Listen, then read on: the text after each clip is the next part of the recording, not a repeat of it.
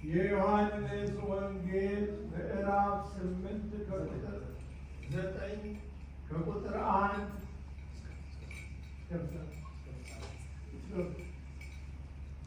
ሲያርስም ከመወለዱ ጀምሮ ዕውር የሆነውን ሰው አየ። ደቀ መዛሙርቱ መምህር ሆይ ይህ ሰው ዕውር ሆኖ እንዲወለድ ኃጢአት የሠራ ማን ነው? እርሱ ወይስ ወላጆቹ ብለው ጠየቁት። ኢየሱስም እንዲህ ብሎ መለሰ፣ የእግዚአብሔር ሥራ በእርሱ እንዲገለጥ ነው እንጂ እርሱ ወይም ወላጆቹ ኃጢአት አልሠሩም። ቀን ሳለ የላከኝ ሥራ ላደርግ ይገባኛል። ማንም ሊሠራ የማይችልባት ሌሊት ትመጣለች። በዓለም ሳለሁ የዓለም ብርሃን ነኝ። ይህን ሁሉ ወደ መሬት እንትፍ አለ። በምራቁም ጭቃ አድርጎ በጭቃው የዕውሩን ዓይኖች ቀባና ሂድና በሰሊሆም መጠመቂያ ታጠብ አለው። ትርጓሜውም የተላከ ነው። ስለዚህ ሄዶ ታጠበ። እያየም መጣ። ጎረቤቶቹም ቀድሞ ሲለምን አይተውት ነበር። ይህ ተቀምጦ ይለምን የነበረ አይደለምን አሉ። ሌሎችም እርሱ ነው አሉ። ሌሎችም አይደለም እርሱን ይመስላል እንጂ አሉ። እርሱ እኔ ነኝ አለ። ታዲያ ዓይኖች እንዴት ተከፈቱ አሉ። እርሱም መልሶ ኢየሱስ የሚባለው ሰው ጭቃ አድርጎ ዓይኖቼን ቀባና ወደ ሰሊሆም መጠመቂያ ሄደህ ታጠብ አለኝ። ሄጄ ታጥቤም አየሁ አለ። ያ ሰው ወዴት ነው አሉት። አላውቀውም አለ። በፊት ዕውር የነበረው ሰው ወደ ፈሪሳውያን ወሰዱት። ኢየሱስም ጭቃ አድርጎ ዓይኖቹን የከፈተበት ቀን ሰንበት ነበረ። ስለዚህ ፈሪሳውያን ደግሞ እንዴት እንዳየ እንደገና ጠየቁት። እርሱም ጭቃ በዓይኖቼ አኖረ፣ ታጠብሁም አያለሁም አላቸው።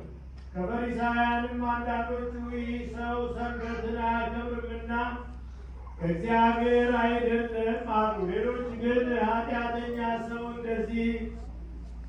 እንደነዚህ ያሉ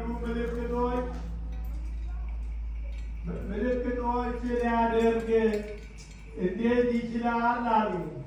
በመካከላቸው መለያየት ሆነ። ከዚህም የተነሳ ዕውሩን አንተ ዓይኖች ስለከፈተ ስለ እርሱ ምን ትላለህ ደግሞ አሉት። እርሱም ነቢይ ነው አለ። አይሁድ የዚያን ያየውን ወላጆች እስኪጠሩ ድረስ ዕውር እንደነበረ እንዳላየም ሰው ስለ እርሱ አላመኑም።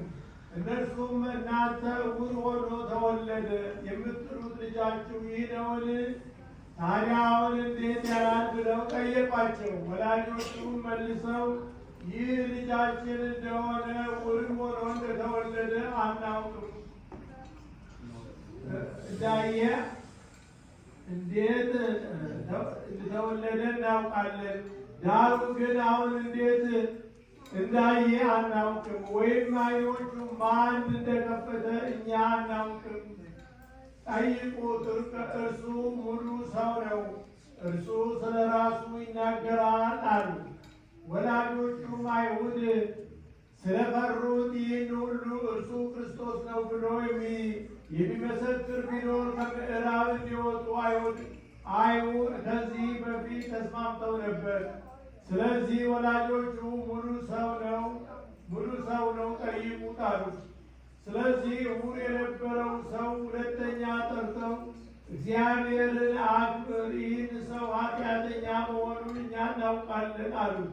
እርሱ መልሶ ኃጢአተኛ መሆኑን አላውቅም፣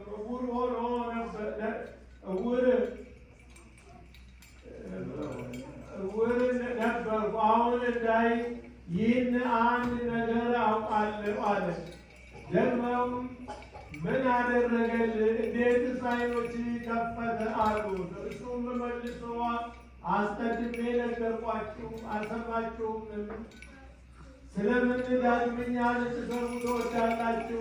እናንተ ደግሞ ደቀ መዛሙርቱ ልትሆኑ ትወዳላችሁን አላቸው።